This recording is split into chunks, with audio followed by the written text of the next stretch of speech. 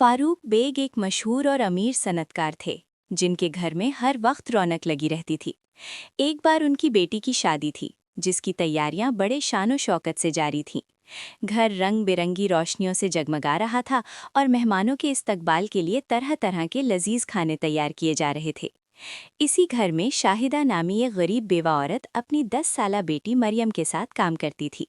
मरियम भी अपनी माँ का हाथ बटाती थी। शादी वाले दिन अचानक मरियम सीढ़ियों से खिसलकर बुरी तरह गिर गई।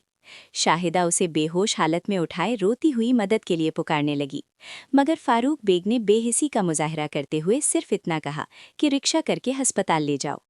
अल्लाह के फजल से मरियम की जान तो बच गई, मगर उसकी टांग की हड्डी टूट गई। वक्त गुजरता गया और ये वाकया माजी का हिस्सा बन गया, मगर इसकी याद शाहिदा के दिल में कहीं न कहीं बाकी रही। कई साल बाद मरियम 15 साल की हो चुकी थी और माँ बेटी अब भी इसी घर में काम कर रही थी। एक दिन फारूक बेग के घर में फिर एक बड़ी पार्टी थी। उनकी बेटी अपनी 3 साला बच्ची को आया के पास छोड़कर अपनी वालिदा के साथ बाहर गई हुई थी। घर में हलचल थी कि अचानक बच्ची खेलते खेलते सीढ़ियों से नीचे गिर गई और जोर से चीख उठी। उसकी आवाज़ सुनकर सब घबरा गए और भागते हुए वहां पहुंचे। शाहिदा ने फौरन बच्ची को गोद में उठाया। एक लम्हे के लिए उसे अपनी बेटी मरियम का वही पुराना हादसा याद आया, जब उसे मदद की सख्त ज़रूरत थी मगर किसी ने तवज्जो ना दी। लेकिन अगले ही लम्हे उसने उन ख्यालात को झटक दिया और इंसानियत को तरजीह देते हुए फौरन ड्राइवर के साथ बच्ची को अस्पताल ले गई। कुछ देर बाद फारूक बेग अपनी बीवी और बेटी के साथ अस्पताल पहुंचे। उनकी बेटी अपनी बच्ची के लिए बेहद परेशान थी।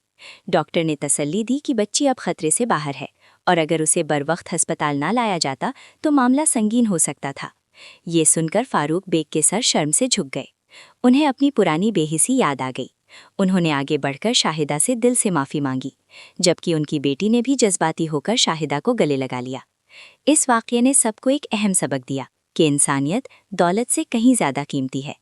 इंसान को चाहिए कि वो दूसरों के साथ हमदर्दी और बराबरी का सलूक करे, क्योंकि मुश्किल वक्त में यही जज्बा असल अज़मत की पहचान बनता है।